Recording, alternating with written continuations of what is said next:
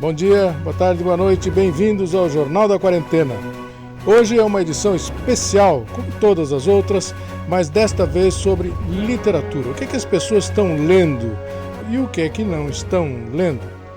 Então vamos lá saber o que é que cada um dos nossos correspondentes mandou. Ler é um bom remédio. Esse é um dito popular que o meu pai, o Pedrinho, certamente diria. Ele que era um apaixonado por ditos populares. Nesses tempos de quarentena, ler sem dúvida é um bom remédio para nossas mentes.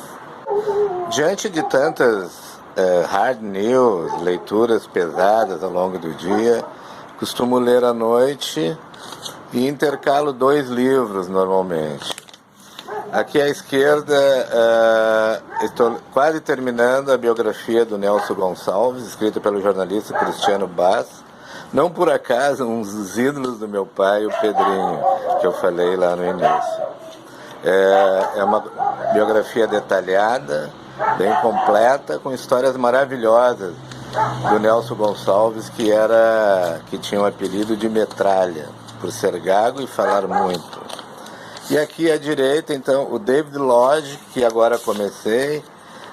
Ele é um autor inglês, ex-professor de literatura, que se tornou escritor profissional e tem um humor fino, estilo inglês muito bom. Comecei há pouco, mas já estou achando que o melhor livro dele, que eu já li, é Surdo Mundo, muito bom. E ali na espreita, esperando o fim do Nelson para engatar, que tem a ver com Livramento, a região da campanha, um tal Adão Latorre, do meu amigo e jornalista Nilson Mariano, aqui de Porto Alegre, repórter premiadíssimo. Estou muito ansioso para começar a ler. É isso aí, boa leitura. Oi gente, estou aqui hoje para falar um pouco sobre as leituras que estou fazendo nesses dias e nesse tempo de quarentena. Na verdade, tem livros que estão sendo começados, como esse aqui, e tem livros que eu estou revisitando, né, como esse aqui do Michael Pollan, Cozinhar, que é um livro que está chega a estar sujo, de tanto que ele já foi manuseado, de tanto que ele já foi emprestado, e que eu estou revisitando aqui a parte do pão, a parte que ele fala do ar. Esse livro é dividido em capítulos que associam a ideia do cozinhar e a comida e toda uma análise sobre a comida ultraprocessada, a indústria do alimento, a partir do eixo terra, água, ar e fogo. É um baita livro, super indico aí para as pessoas que quiserem se aventurar numa leitura interessante. Um outro livro que terminei, que recém acabei, está sendo fechado, mas ainda não saiu aqui da minha estante, é Quarto de Despejo, o Diário de uma Favelada, da Carolina Maria de Jesus. Esse livro é um livro que foi publicado, conta a história da Carolina nos anos 50, os diários que ela fazia, e é uma leitura incrível para a gente entender o que é o universo da pobreza nesse país e da fome. É um livro que super atual e que, apesar de ser dos anos 50, mostra de forma nua e crua, não é, o que significa e que se perpetua hoje nesse país, né, na desigualdade social. É um livro que eu acho que todos os brasileiros deveriam ler, porque ele é incrível. É impossível não entender o que significa a fome depois que a gente lê esse livro. Esse é um livro, Elogio ao Toque, ou Como Falar de Arte Feminista à Brasileira, da artista Roberta Barros. Na verdade, é artista intelectual. Ela é uma artista do Rio de Janeiro. Esse livro é a tese de doutorado dela. É um trabalho incrível que mapeia toda a história da arte no Brasil e no mundo, a partir de referências feministas de todo o mundo. E ela vai mapeando e mostrando o significado do machismo, do patriarcado, de todos esses nomes que a gente hoje vem falando cada vez mais, né? Mas mostrando o que esse suposto apagamento da arte feminina, o quanto é equivocado, o quanto ele foi produzido por um olhar machista e o quanto existem mulheres poderosas na arte, né? É incrível a tese dela, tive o prazer de conhecê-la e ela tem uma escrita linda, super aconselho. Acho que é um livro, Elogio ao Toque, é um livro que as pessoas que têm relação com arte ou que querem falar de arte, arte feminina, arte feminista, enfim, é um livro sobre mulheres muito poderosas na arte.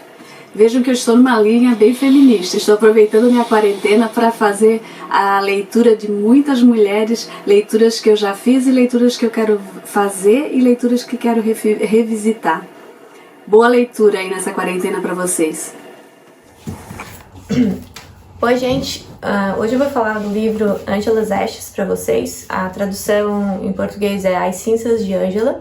Ele é um livro de 1996 e ele foi escrito por Frank McCart, que é um autor irlandês que viveu aqui em Limerick. Então toda a história do livro ela se passa aqui na minha cidade, mais ou menos 1 quilômetro da onde eu vivo.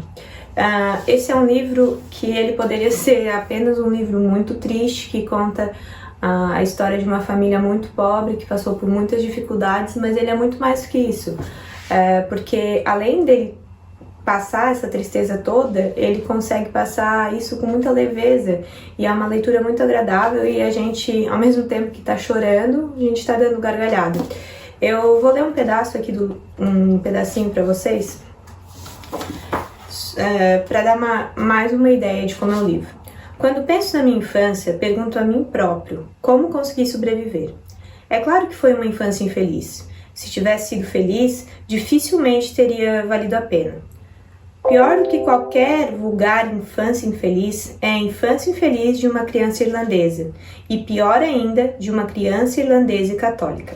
Bom, esse livro aqui se passa na década de 30, e, como eu já disse antes, ele conta a história de uma família extremamente pobre que viveu em Nova York, aí depois teve que voltar para sua cidade natal, que no caso era Limerick, e o pai do Frank, ele era alcoólatra, ele não colocava dinheiro em casa, a mãe dele era depressiva, ele perdeu os irmãos por causa da fome, eles viviam em uma extrema miséria, tendo que, por exemplo, tem uma passagem no Natal que eles mendigam uma cabeça de porco para ter a ceia, mas isso é tudo contado com tamanha leveza e a criação dos personagens ela é tão forte que a gente se sente íntimo deles e a gente sofre junto e a gente vibra junto. Eu sei que são personagens reais, mas a construção literária dos personagens dele, ela é perfeita.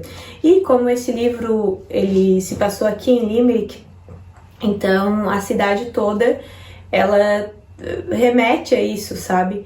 Então, o livro é de 96 e em 99 foi gravado um filme aqui, que todo mundo lembra como que foi gravado, e aqui na cidade também tem um walkthrough que leva a gente para os lugares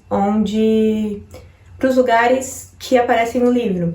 E eu fiz esse walkthrough ano passado, em outubro, e quem guiou a gente foi um senhor, ele deve ter uns quase 80 anos, e ele conhece os irmãos do Frank McCart, e foi muito interessante porque a gente sabia a história do livro, sabia a história do filme, e ele sabia a história real, então foi muito interessante.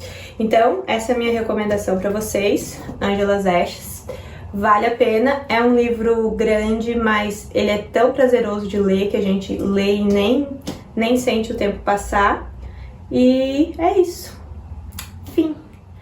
Confinados e confinadas, uma das coisas boas da quarentena é a gente ter um pouquinho mais de tempo para ler.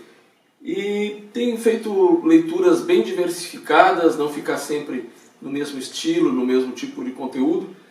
E uma das coisas que me foi bem surpreendente, este livro, um livro-reportagem chamado O Império do Ouro Vermelho, do Jean-Baptiste Mallet, um jornalista francês, que faz um verdadeiro inventário da indústria do tomate no mundo.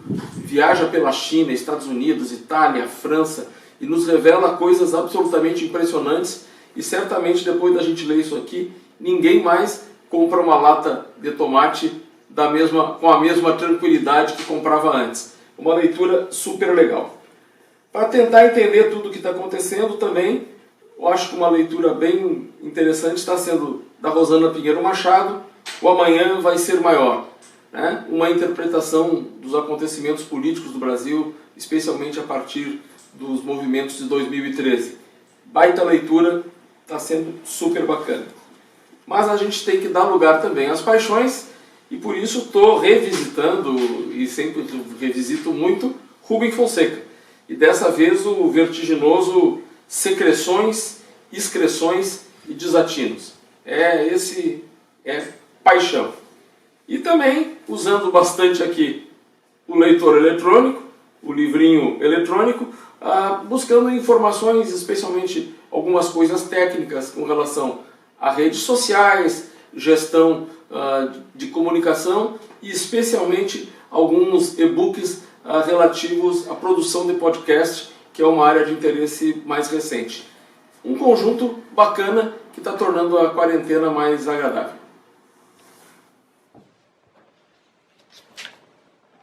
Estou lendo o livro da Carol Pereira, que é o livro da história da Eva Schneider.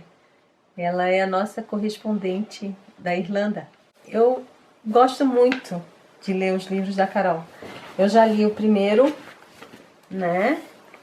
Que é esse aqui, que conta a história quando ela era criança, que ela veio da Alemanha para morar aqui no Barracão, que antigamente Alfredo Wagner era o Barracão, com a família.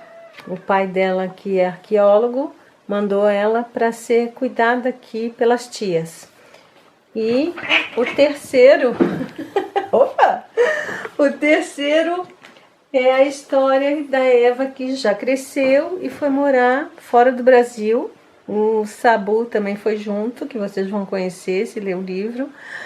E lá ela vai tá acontecendo a Segunda Guerra Mundial e ela conhece nazistas, conheceu até a namorada do Hitler, que veio parar em Alfredo. Então, e aí essa outra história que é o segundo, na verdade era para ser o segundo livro, né? E está contando a história dela adolescente, aqui em Alfredo também, né? Que era o Barracão. Então, tá muito legal a história. O único problema que eu acho desses livros da Carol é porque quando eu começo a ler, eu não quero mais parar de ler. E aí eu tenho que deixar tudo para o Tarcísio fazer. Eu fico aqui o dia inteiro lendo tudo de uma vez só. Eu não consigo parar. Eu adoro essa história da Eva Schneider.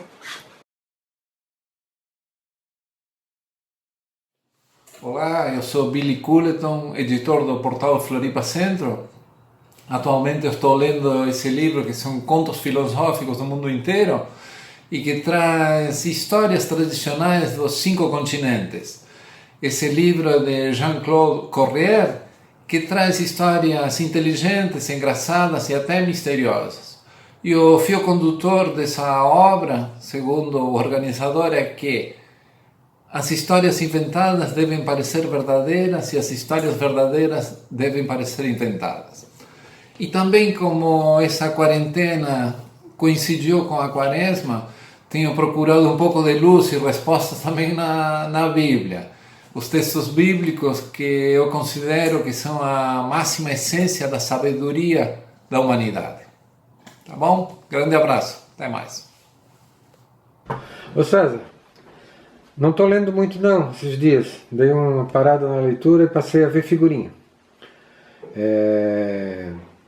Eu tenho uma boa coleção de livros de artes aí que eu gosto muito.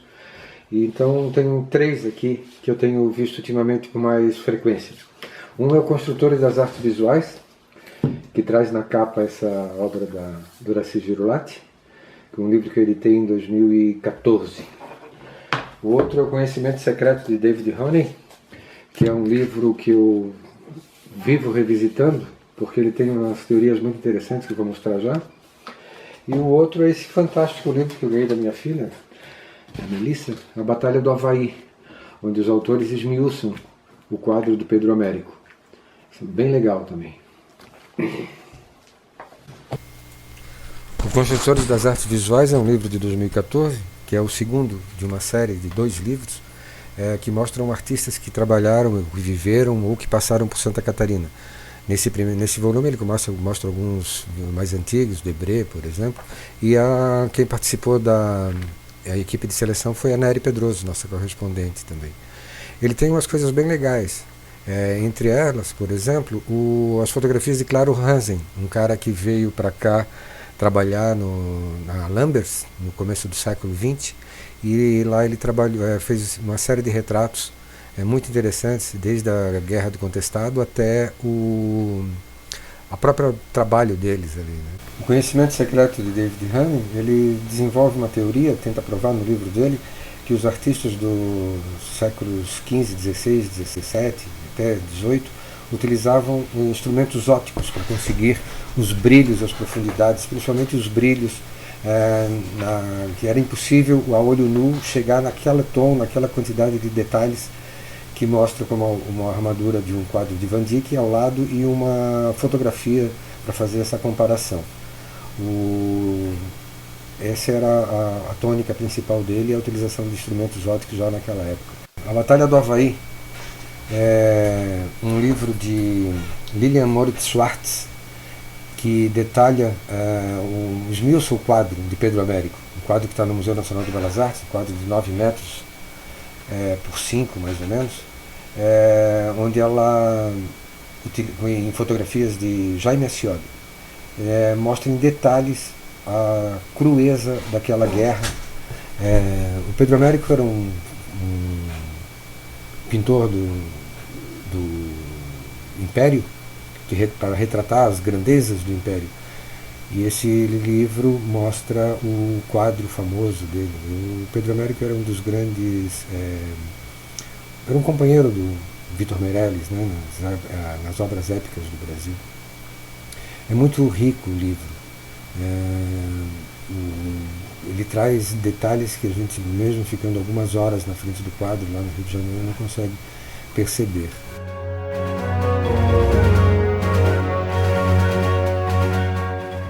Então, gostaram das sugestões? Anotaram tudo bem direitinho? É isso por enquanto. Um bom dia para vocês, uma boa noite ou uma boa tarde, dependendo da hora que estiverem vendo este jornal. E boa Páscoa para todos. Tchau!